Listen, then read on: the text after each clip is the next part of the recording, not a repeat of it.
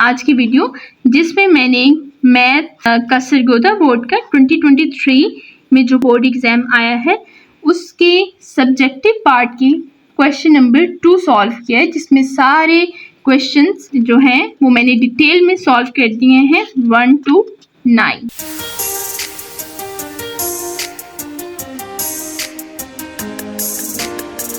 अस्सलाम वालेकुम YouTube family, कैसे हैं आप लोग? सब ठीक ठाक होंगे।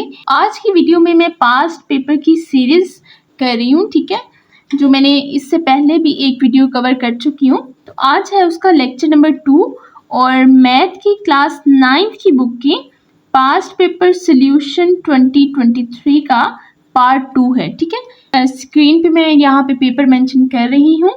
तो पिछली वीडियो में हमने इसी पेपर का पार्ट 1 सॉल्व किया था, जिसमें सारे क्वेश्चंस मैंने A to Z डिटेल में सॉल्व किए थे, ठीक है। तो सबसे पहले अगर आपने वो वीडियो नहीं देखी तो सबसे पहले जाके वो वीडियो देखें, ताकि आपको नेक्स्ट क्वेश्चन करने में आसानी हो, ठीक है। इस वीडियो में हमने उसी सरगोदा बोर्ड की जो हमारे पास सब्जेक्टिव पेपर है उसका क्वेश्चन नंबर 2 सॉल्व करेंगे, ठीक है, जिसके 9 पार्ट्स हैं। सारे क्वेश्चंस आप यहाँ पे स्क्रीन में देख लें। तो पिछली वीडियो की तरह इस वीडियो में भी मैं एक एक पार्ट डिटेल में आपको करके बताऊंगी।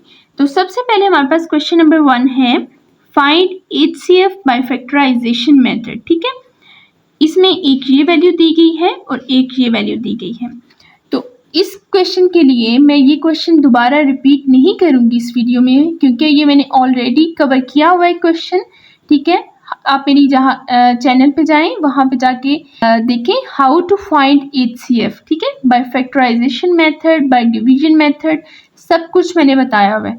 तो उसी वीडियो में मैंने यहाँ पे फैक्टराइजेशन मेथड भी सेम यही क्वेश्चन सारा एक्सप्लेन किया हुआ है। तो आप वो वाली वीडियो जाके इस क्वेश्चन के लिए जाके देख सकते हैं, ठीक है। ये वीडियो सामने मैं अटैच कर रही हूँ उसका थंबनेल। तो चलें जी, अब हम सॉल्व करते हैं क्वेश्चन नंबर 2, ठीक है। क्वेश्चन हमारे पास गिवन है, सॉल्व द इक्वेशन है हमारे पास x minus 3 divided by 3 minus x minus 2 divided by 2 is equal to -1। अब हमने क्या करना है, अब हमने इसका लेना है एलसीएम, ठीक है। 3 और 2 का जो डिनोमिनेटर में वैल्यूज हैं वो हमने ले लेनी है और उनका लेना है एलसीएम। एलसीएम में ये देखिए आपने क्या करना है, 3 ले लिया, ठीक है, जो नीचे है, और 2 है। 3 1s are 3, 2 ऐसे ही रहेगा, 2 1s are 2, 2 1s are 2, ठीक है। अब इधर 1 1 आ गया, तो अब इधर जो वैल्यूज हैं इन दोनों को आपने मल्टीप्लाई कर देना है। मल्टीप्लाई करके ये आपके पास एलसीएम आ जाएगा, ठीक है। 3 2s are 6। अच्छा जी, इसका एलसीएम बन गया, 3 2s are 6 एलसीएम आ गया। अब हमने क्या करना है, इधर देखना है, इसका एलसीएम देखना है और इसका डिनोमिनेटर देखना है। तो 3 कितने बार 6 होगा, 3 2s are 6। अब जो 2 आ रहा है उसको हमने ऊपर वाली वैल्यू के साथ मल्टीप्लाई कर देना है, ठीक है। 2 को ऊपर वाली वैल्यू है x माइनस 3, ठीक है, उसके साथ हमने क्या करना है, मल्टीप्लाई कर देना है, माइनस, ठीक है। अब आपने क्या करना है, इसका डिनोमिनेटर में वैल्यू देखनी है और एलसीएम देखना है। तो 2 कितने बार 6 होता है, 3 बार, और जो हमारे पास 3 आ रहा है उसको ऊपर वाली वैल्यू के साथ मल्टीप्लाई करना है, ठीक है। -3 into x minus 2, x minus 2 ऊपर वाली वैल्यू है, 3 के साथ मल्टीप्लाई कर दी, इज इक्वल टू -1। अब इसको मल्टीप्लाई करें अंदर, 2x minus 3, 2 3s are 6 minus 3x। अब माइनस बाहर है तो क्या होगा, अंदर साइन चेंज हो जाएगा, माइनस प्लस में चला जाएगा, और 3 2s are 6 divided by LCM का 6, ठीक है, इज इक्वल टू -1। आप इधर देखेंगे -6 और +6 कैंसिल हो जाएगा, ठीक है, और 2x माइनस 3x कितना बचेगा, -x, ठीक है, divided by 6 is equal to -1। अच्छा जी, अब ये -x ऐसे ही आएगा, ये 6 जो है वो इधर डिवाइड हो रहा है, इक्वल के इस तरफ जाके मल्टीप्लाई हो जाएगा, तो -1 इंटू 6 -6, ठीक हो गया। अब ये वाला माइनस इस माइनस से कैंसिल हो गया और x की वैल्यू क्या आ जाएगी, x इज इक्वल टू 6। तो ये है हमारे पास इस क्वेश्चन का सल्यूशन एंड हमने इसमें x की वैल्यू फाइंड कर ली। अब हमें करना है नेक्स्ट क्वेश्चन। अच्छा जी, अब हमारे पास है क्वेश्चन नंबर 3। क्वेश्चन नंबर 3 है डिफाइन एब्सोल्यूट वैल्यू। ठीक है, एब्सोल्यूट वैल्यू की जो एक सिंपल सी डिफाइन है, डेफिनेशन है, वो मैं आपको इधर समझा देती हूँ। लेकिन अगर आप में इसकी डिटेल में जाना है, ठीक है, इसकी एग्जांपल समझनी है, तो आपको मेरी जो वीडियो देखनी पड़ेगी कि how to find the absolute value and find value of x. ये मैं ऊपर थंबनेल मेंशन कर रही हूँ उसका। ठीक है, आप वहाँ पे जाएं और वो डिटेल में वीडियो देखें अगर आपको एब्सोल्यूट वैल्यू डिटेल में समझना है। ठीक है, डेफिनेशन मैं आपको अभी इधर समझा रही हूँ। अच्छा जी, द एब्सोल्यूट वैल्यू ऑफ ए हमारे पास नंबर है, उसका आपने एब्सोल्यूट वैल्यू फाइंड करनी है। ए हमारे पास रियल नंबर है, ठीक है, is donated by this lines. ठीक है, आपने एब्सोल्यूट फाइंड करना है किसी भी वैल्यू का, वो ए हो, बी हो, सी हो, कुछ भी हो, तो आपने उसको एक स्ट्रेट लाइन से इनक्लोज कर देना है। ठीक है, उसके दोनों तरफ एक सीधी लाइन हमने लगा देनी है। डेफिनेशन में क्या आ रहा है, कह रही है कि अगर हमारे पास a की value greater than equal to 0 हो तो हमारे पास a पॉजिटिव ही रहेगा। ठीक हो गया, और अगर हमारे पास a की वैल्यू लेस देन 0 हो तो हमारे पास a की वैल्यू नेगेटिव में आ जाएगी। ठीक हो गया, a की वैल्यू क्या आ जाएगी, नेगेटिव में आ जाएगी। तो इधर मैं आपको सॉल्व करने की एक बेहतरीन सी ट्रिक भी देती हूँ। वो ट्रिक ये है कि absolute value of every number is positive. वो नंबर हमारे पास प्लस में भी आ सकता है, ठीक है, प्लस में है तो ऑलरेडी वो पॉजिटिव है। अगर वो नंबर हमारे पास नेगेटिव में है तो उसका एब्सोल्यूट वैल्यू पॉजिटिव में आ जाएगा। ठीक हो गया। अच्छा जी, अब हम करेंगे क्वेश्चन नंबर 4। क्वेश्चन नंबर 4 है हमारे पास right the given equation in the form of y is equal to mx plus c। ठीक है, और हमारे पास गिवन इक्वेशन ये दी गई हुई है। अच्छा जी, ये बहुत इंपॉर्टेंट क्वेश्चन है। ठीक है, जो पिछले पास्ट पेपर्स देखे हैं 5 इयर्स के, उनमें 3 पास्ट पेपर्स में ये क्वेश्चन आया हुआ है। ठीक है, तो आपने इसलिए इसे गौर से समझना है ताकि आप इसको कर सकें। ठीक हो गया, ये कह रहे हैं कि आपके पास गिवन इक्वेशन ये हमने दी हुई है x minus 2y is equal to -2। आपने इस इक्वेशन को क्या करना है, इस फॉर्म में लेके आना है। अब सबसे पहले ये वाली फॉर्म जिसमें वो चाह रहे हैं कि आप लेके आएँ, उसको पहले समझ लेते हैं। ठीक है, देखें ये क्या है, y is equal to mx plus c। इस फॉर्म में क्या है कि y इक्वल के इस तरफ है और अकेला y है। ठीक है, इसके साथ कोई भी वैल्यू नहीं है, तो हमने इस इक्वेशन को इस तरह लेके आना है कि y इक्वल के इस तरफ हो और अकेला हो। ठीक है, इक्वल टू mx, x है, ठीक है, उसके साथ m कोई भी कांस्टेंट है। इधर हमारे पास m की कोई वैल्यू होगी, इधर उन्होंने वैसे ही कोई कांस्टेंट लिख दिया है m। ठीक है, mx प्लस c भी हमारे पास क्या है, कांस्टेंट है। तो अब हमने इस वाली गिवन इक्वेशन को इस फॉर्म में बनाना है। तो सबसे पहले हमें क्या करना पड़ेगा, y को, ये जो y है -2y, इसको अकेला करना है। तो अब आप देखते जाएं कि मैं क्या कर रही हूँ। तो सबसे पहले हमने y को इक्वल के इस तरफ रखना है, क्योंकि इधर गिवन ये जो फॉर्म है उसमें ऐसे ही है। तो जब हम y को इक्वल के इस तरफ रखेंगे तो x को इक्वल टू के इस तरफ जाना पड़ेगा। ठीक है, -2 ऐसे ही रहेगा, ये प्लस x क्या होगा, इधर आके -x हो जाएगा। ठीक है, अब इधर देखें, इधर भी माइनस है, इन दोनों के साथ भी माइनस है, तो इजी करने के लिए आप दोनों तरफ से माइनस कॉमन ले लें। जब आप दोनों तरफ से माइनस कॉमन लेंगे तो माइनस, ठीक है, माइनस कॉमन ले लिया, इसके साथ माइनस बाहर आ गया, ये वाला माइनस क्या बन जाएगा, प्लस x। ये वाला माइनस, ये माइनस कैंसिल हो जाएगा दोनों तरफ। ठीक है, तो क्या रह जाएगा, 2y is equal to x plus 2। ठीक है, 2 प्लस x प्लस 2 एक ही बात है।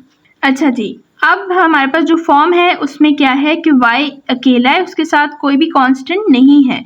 तो अब हमने इधर भी y को अकेला करना है, उसके साथ कोई भी कांस्टेंट नहीं रखना। तो क्या करेंगे, 2 इधर मल्टीप्लाई हो रहा है तो इधर जाके 2 जो है वो डिवाइड हो जाएगा। तो y is equal to x plus 2 divided by 2। ठीक हो गया। अब देखें कि क्या करना है, ये जो 2 है वो इधर x के नीचे भी डिवाइड हो रहा है और ये 2 के नीचे भी डिवाइड हो रहा है। ठीक हो गया। तो अब हमने ऐसे ही करना है, y is equal to x divided by 2 plus 2 divided by 2। ठीक हो गया। अब ये 2 इस 2 से कैंसिल हो जाएगा तो क्या आएगा 1। y इज इक्वल टू ये 1/2 हम अलग इस साथ इसके करके लिख लेंगे, x ऐसे आ जाएगा प्लस 1। तो ये हमारे पास है फाइनल फॉर्म। अब आप इधर देखें, क्वेश्चन में जो हमें दी गई हुई थी वो कह रहे थे कि आपने इस फॉर्म में इस इक्वेशन को बनाना है। देखें ये y ठीक है इक्वल टू x, इधर x की जगह आ गया, m हमारे पास कांस्टेंट है। ठीक है, और कांस्टेंट की वैल्यू इधर इक्वेशन में है 1/2 प्लस प्लस और c हमारे पास 1 आ गया, c भी कांस्टेंट है और इस c की वैल्यू है 1। तो ये हमने इस गिवन इक्वेशन को इस फॉर्म में लिख दिया। अच्छा जी, अब हमारे पास है क्वेश्चन नंबर 5 जो है डिफाइन एब्सिका एंड ऑर्डिनेट। ठीक है, हमने ये इन दो चीज़ों की डेफिनेशन बतानी है। तो सबसे पहले आप देख लें कि जब भी हमारे पास एक्स वाई प्लेन है, ठीक है, हॉरिजेंटल एक्सिस पे एक्स एक्सिस होता है, वर्टिकल जो है हमारे पास वो वाई एक्सिस होता है। ठीक हो गया। अब देखें एक्स एक्सिस पे भी नंबर्स हैं 0 1 2 3 up to so on, and y axis पे भी नंबर्स हैं। ठीक है, जैसे 1 2 3। अब हमने फर्ज करें कोई भी पॉइंट मीट कर लिया है जिसमें एक्स एक्सिस का 1 पॉइंट, ठीक है, 1 ऊपर हम लेंगे और वाई एक्सिस का 2 पॉइंट। ये ज़रूरी नहीं है कि यही पॉइंट होने चाहिए, कोई भी पॉइंट फॉर एग्जांपल में मैंने लिया है। ठीक है, मिसाल के तौर पे आप एक्स का पहला पॉइंट ले लेते हैं, वाई का दूसरा पॉइंट ले लेते हैं, ये दोनों पॉइंट इस तरह के इस पॉइंट पे मीट होते हैं तो ये हमारे पास एक पॉइंट बन जाता है पी एक्स कॉमा वाई। जब आप इस फॉर्म में लिखते हैं तो सबसे पहले आपके पास यहाँ पे x की वैल्यू आती है, आपने x की वैल्यू पहले लिखनी है, फिर कॉमा, फिर आपने y की वैल्यू लिखनी है। ठीक है, is equal two point p, ऐसे ही पॉइंट x की वैल्यू क्या है 1, पहले x की वैल्यू आएगी 1 कॉमा y की वैल्यू 2, ये हमने 2 लिख दी। ठीक हो गया। अब हम इसकी डेफिनेशन बताते हैं। कह रहे हैं the x coordinate of the point P X Y is called abscissa. ठीक हो गया। अब ये वही पॉइंट है पी एक्स वाई जिसमें हमने x की वैल्यू 1 फिर y की वैल्यू 2 लिखी है। इसमें कह रहे हैं x कोऑर्डिनेट, इस पॉइंट में जो x कोऑर्डिनेट होता है उसको कहते हैं एब्सिका। लेकिन अब सवाल ये है कि इन दोनों पॉइंट्स में x कोऑर्डिनेट कौन सा होता है। x कोऑर्डिनेट वो होता है जो इधर पहले ही लिखा जाता है। ठीक है, x की वैल्यू को x कोऑर्डिनेट कहते हैं, ये पहला x कोऑर्डिनेट है और ये जो दूसरी वैल्यू लिख रहे हैं वो हमने y की लिखनी है तो उसको हम कहेंगे y कोऑर्डिनेट। ठीक हो गया। x coordinate of the point is called abscissa and the y coordinate of the point is called ordinate. Ordinate, ठीक है, पहले वाला x कोऑर्डिनेट है उसको एब्सिका कहते हैं, जो दूसरे वाला है वो y कोऑर्डिनेट है, y की वैल्यू लिखते हैं दूसरे नंबर पे, उसको हम कहते हैं ऑर्डिनेट। अब फॉर एग्जाम्पल ले लें कि आपके पास यही पॉइंट है P 1, 2। अब इसमें एब्सिका कौन सा होगा, जो x वैल्यू जो x कोऑर्डिनेट होगा। x कोऑर्डिनेट कौन सा होता है, जो इधर पहले लिखा जाता है, पॉइंट में ब्रैकेट डाल के जो पहले वैल्यू लिखी जाती है वो x कोऑर्डिनेट की होती है। ठीक है, वो हमारे पास एब्सिका हो गया इज इक्वल टू 1। और y कोऑर्डिनेट ऑर्डिनेट क्या होगा, y कोऑर्डिनेट क्या है 2। तो ये हमारे पास एब्सिका एंड ऑर्डिनेट की डेफिनेशन हो गई। अच्छा जी, अब हम करेंगे क्वेश्चन नंबर 6। क्वेश्चन नंबर 6 है find mid point between 2 points. एक पॉइंट हमारे पास ये दे दिया गया है A, जिसमें x की वैल्यू है 0 और y की भी वैल्यू है 0। ठीक हो गया। उसके बाद दूसरा पॉइंट हमें दिया गया है B। अब हमारे पास ये बहुत इंपॉर्टेंट क्वेश्चन है और ये भी पिछले पास्ट पेपर्स में क्वेश्चन रिपीट हुआ है, ठीक है। तो आपने इसलिए इसको गौर से ध्यान से देखना है। अब मिड पॉइंट फाइंड करने का जो फार्मूला है हमारे पास वो मैंने इधर मेंशन कर दिया है। सबसे पहले कोई भी वैल्यू हो, बेशक पॉइंट हो, मिड पॉइंट हो, सबसे पहले x कोऑर्डिनेट आता है, उसके बाद y कोऑर्डिनेट आता है, इक्वल टू r, यही मिड पॉइंट का, ठीक है। x मिड पॉइंट फाइंड करने का फार्मूला है x1 plus x2 divided by 2 और y y coordinate y mid point find करने का फार्मूला है y1 plus y2 divided by 2। ठीक हो गया। ये x इसके बराबर है, ये y इस फार्मूले के बराबर है, ठीक है। हमने इसी तरह अलग अलग x और y की वैल्यूज फाइंड करके एंड में इस फाइनल फॉर्म में पुट कर देने। ठीक हो गया। अच्छा जी, तो सबसे पहले x का मिड पॉइंट फाइंड करते हैं। x is equal to x1 plus x2 divided by 2। ठीक हो गया। अब हमारे पास इन दोनों पॉइंट्स में x1 और x2 कौन सा है?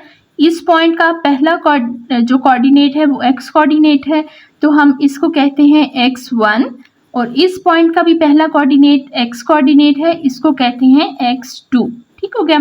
इसी तरह y1 और y2 का भी है। अब हम इधर वैल्यूज पुट करते हैं। x1 है 0 प्लस और इसका x2 है 0। ठीक हो गया। 0 प्लस 0 0 डिवाइडेड बाई 2, x की वैल्यू आ जाएगी 0। अब हमने फाइंड करना है y is equal to y1 plus y2 divided by 2। ठीक हो गया। अब इसी तरह हमने y1 और y2 की भी वैल्यू है। y1 है इस पॉइंट में y1 सेकंड वाला है, y कोऑर्डिनेट ये है और ये y1 है। इस पॉइंट में सेकंड पॉइंट जो है वो y का होता है, y कोऑर्डिनेट का, और ये हमारे पास y2 है। तो y is equal to y1 है 0 प्लस y2 है -5 डिवाइडेड बाय 2। ठीक हो गया। अब इसको करें, 0 प्लस -5 तो इधर आ जाएगा -5 डिवाइडेड बाई 2। तो ये हमारे पास y की वैल्यू आ गई और ये हमारे पास x की वैल्यू आ गई। ठीक है। अब हमने ये x और y की वैल्यू इधर पुट कर देनी है। अब देखें इधर r मिड पॉइंट को r से डिनोट करते हैं, r x और y, x y is equal to r mid point. x1 plus x2 divided by 2 की इधर वैल्यू क्या आ रही है? x कोऑर्डिनेट में 0, y1 plus y2 divided by 2 की इधर क्या वैल्यू आ रही है? -5/2। तो ये है हमारे पास final mid point between these 2 points. अच्छा जी, अब हमारे पास है क्वेश्चन नंबर 7। क्वेश्चन नंबर 7 है डिफाइन आइसोसेलेस ट्राइंगल। ठीक है। अब मैं इधर आपका टाइम वेस्ट होने से बचाने के लिए, आपका टाइम सेव करने के लिए यहाँ पे मैं उसकी प्रॉपर डेफिनेशन और सब कुछ नहीं बताती। ठीक है। आप यहाँ पे इस वीडियो पे जाएं, इस वीडियो में ट्राइंगल और उसकी सारी टाइप्स मेंशन है। ठीक है। अब क्या पता इस पेपर में आइसोसेलेस ट्राइंगल का पूछा गया है, तो क्या पता आपके जो बोर्ड एग्जाम में इक्विलेटरल ट्राइंगल का पूछ लें वो, स्केलीन ट्राइंगल का पूछ लें वो, लेकिन ट्राइंगल बहुत इंपॉर्टेंट क्वेश्चन है। ठीक है। उसकी डेफिनेशन आ सकती है, तो इससे अच्छा है कि आप इस वीडियो पे जाएं और ट्राइंगल की सारी टाइप्स जाके देख के आएँ, क्योंकि ट्राइंगल की 6 टाइप्स हैं, तो आप जाके देख के आएँ। 5 मिनट्स में आपको सारी ट्राइंगल की टाइप्स समझ आ जाएंगी। ठीक है। तो अब हम बढ़ते हैं क्वेश्चन नंबर 8 में। क्वेश्चन नंबर 8 है हमारे पास, स्टेट करें SAS पोस्टुलेट। ठीक हो गया। अब कह रहे हैं इसकी डेफिनेशन में, इसके आंसर में ये है कि इन 1 to 1, इसको हम इस तरह रीड करते हैं 1 to 1। In 1 to 1 correspondence, 1 to 1 correspondence का मतलब ये है कि आपके पास कोई एक चीज़ है, वो बिल्कुल एग्जैक्ट सेम इक्वल दूसरी चीज़ के है। जैसे ये ट्राइंगल देख लें, ABC ट्राइंगल, इसकी लेंथ इसकी साइड्स की जो सारी लेंथ है, इसके एंगल्स जो हैं वो सारे दूसरी ट्राइंगल के एंगल्स लेंथ के बराबर है। ठीक हो गया। The symbol used for 1-to-1 correspondence is this. और ये हमारे पास एमसीक्यूज में क्वेश्चन आता है, तो आपने इसको भी याद रखना है, इसके सिंबल को भी। अब हम इधर देख लेते हैं। देखें हमारे पास अब इस तरह की एक ट्राइंगल है ए बी और सी, और इस तरह हमारे पास दूसरी ट्राइंगल है डी ई और एफ। अब कॉरस्पॉन्ड 1-to-1 कॉरस्पॉन्डेंस में SAS पोस्टुलेट ये कहता है कि जो triangle A B C equal है ट्राइंगल डी ई एफ के। ठीक हो गया। ये 1-to-1 कॉरस्पॉन्डेंस का साइन है, और इसका मतलब ये है कि एक ट्राइंगल की हर चीज़, उसकी एंगल, उसकी साइड, सब चीज़ें दूसरे ट्राइंगल के बराबर है। ठीक है, मैं इधर मेंशन भी कर रही हूँ। देखें इसका एंगल, मतलब एंगल का सिंबल हम इस तरह डालते हैं। ठीक है, इस तरह करके एंगल ऑफ ए का जो इधर एंगल बनेगा वो एंगल ऑफ डी के बराबर होगा, इसके जो सामने सामने वाली चीज़ें। ठीक है, फिर एंगल ऑफ ए बराबर है, मतलब कॉरस्पॉन्डेंस है उसकी 1-to-1 एंगल ऑफ डी के साथ। Angle of A angle of D बराबर है। ठीक है, अब इधर इस ट्राइंगल का जो ये वाला जो कॉर्नर है वो बी है, और इस ट्राइंगल का ये वाला कॉर्नर ई है। तो angle of B 1-to-1 correspondence है एंगल ऑफ ई के साथ। Angle of B 1-to-1 correspondence है एंगल ऑफ ई के साथ। ठीक हो गया। उसके बाद एंगल ऑफ सी इक्वल है एंगल ऑफ एफ के साथ। ठीक हो गया। एंगल की बात होगी कि सब सारे एंगल्स बराबर हैं। ठीक है, उसके बाद साइड्स की बात करते हैं। A B side is equal to D E. इस तरह की जो साइड है वो इस ट्राइंगल में ये वाली है। ठीक है, तो हमने डी ई ली। A B equal to D ई।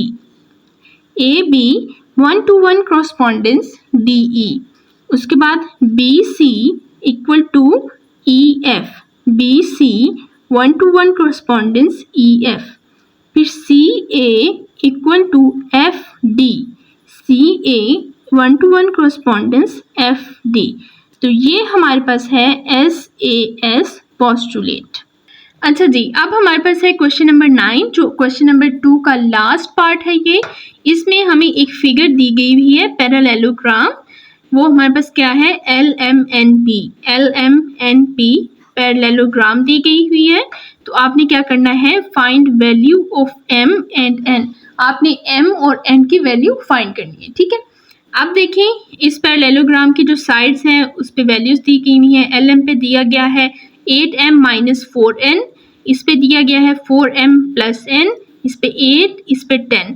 अब पैरेललोग्राम का जो एक रूल है, जो इसकी एक डेफिनेशन है, उसमें ये है कि opposite angles are congruent. Congruent का मतलब है बराबर है, मतलब ये वाला एंगल इस एंगल के बराबर है, ये वाला एंगल इस एंगल के बराबर है। ठीक है, और जो ऑपोजिट साइड्स आर कॉन्ग्रुएंट, ये वाली साइड इस साइड के बराबर है, ये वाली साइड इस साइड के बराबर है। ठीक है, क्योंकि ये वाली इस साइड के जो ऑपोजिट है ये वाली है, इसका ऑपोजिट ये है। तो कह रहे हैं कि ऑपोजिट साइड, ऑपोजिट एंगल्स, ये सब एक दूसरे के बराबर होते हैं पैरेललोग्राम में। ठीक है, अब ये देखें बराबर है तो हम क्या कर सकते हैं, ये वाली जो वैल्यू है वो इसके इक्वल कर सकते हैं, क्योंकि ये दोनों साइड्स बराबर हैं तो इनकी जो वैल्यूज़ हैं वो बराबर कर दें और ये वाली बराबर कर दें। ठीक है, इसको दोनों को इक्वल करके हमारे पास दो इक्वेशंस बनेंगी, वो मैं इधर मेंशन कर रही हूँ। 4M + N = 10। 4M, ठीक है, + N = 10। और दूसरी इक्वेशन बन रही है 8M - 4N = 8। 8M - 4N = 8। अब ये हमारे पास दो इक्वेशंस बन रही हैं, ये एक इक्वेशन नंबर 1 और ये इक्वेशन नंबर 2। दो ही अननोन्स हैं M और N, और दो ही इक्वेशन है, तो हम इधर से फाइंड कर सकते हैं। अच्छा जी, अब इसमें इक्वेशन नंबर 1 है, इसमें सिर्फ +N लिखा हुआ है। ठीक है, इक्वेशन नंबर 2 में -4N है, मतलब N के साथ -4 मल्टीप्लाई हुआ है, ठीक है। तो अब हमने क्या करना है कि इक्वेशन नंबर 1 को -4 से मल्टीप्लाई करना है, ठीक है। जब वो दोनों वैल्यूज सेम हो जाएंगी तो हमने उनको सब्ट्रैक्ट करके, मतलब किसी एक का साइन चेंज करके उसको कट कर देना है और m की वैल्यू फाइंड कर देनी है, ठीक है। तो अब हमने इधर क्या करना है कि हमने मल्टीप्लाई करना है, इधर देखें, मल्टीप्लाई करना है इक्वेशन नंबर 1 को विथ -4, ठीक हो गया।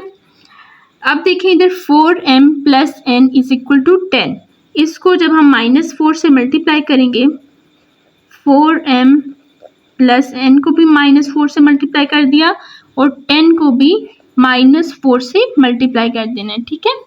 तो ये हमारे पास क्या बन जाएगा, -4 × 4 16m, ठीक है, प्लस माइनस -4n = -40। तो ये हमारे पास इक्वेशन बन जाती है, इक्वेशन नंबर 3, ठीक है। अब इधर देखें, ये भी हमारे पास -4n है और ये भी हमारे पास -4n है, इक्वेशन नंबर 2 का बराबर आ गई वैल्यू। तो अब हमने इसका इन दोनों को सब्ट्रैक्ट कर देना है, दोनों इक्वेशंस को। जब हम सब्ट्रैक्ट करेंगे तो किसी एक का साइन चेंज हो जाएगा और वो हमारे पास कैंसिल हो जाएगा वैल्यू, ठीक है। अब हम क्या करेंगे, सब्ट्रैक्ट करेंगे, सब्ट्रैक्ट इक्वेशन 2 and 3, ठीक हो गया। सबसे पहले इधर लिख लेते हैं हम इक्वेशन नंबर 2 हमारे पास है 8m - 4n = 8 और ये हमारे पास है -16m - 4n = -40। जब आपने इसको सब्ट्रैक्ट करना है तो इसके साइन चेंज हो जाने हैं नीचे वाली वैल्यू के, ठीक है। ये -4n + 4n कैंसिल हो जाएगा, 16 + 8 हमारे पास क्या बनेगा, 24m प्लस का साइन = 40 + 8 48, ठीक हो गया। तो अब हमारे पास m की वैल्यू क्या बनेगी, m = 48 / 24।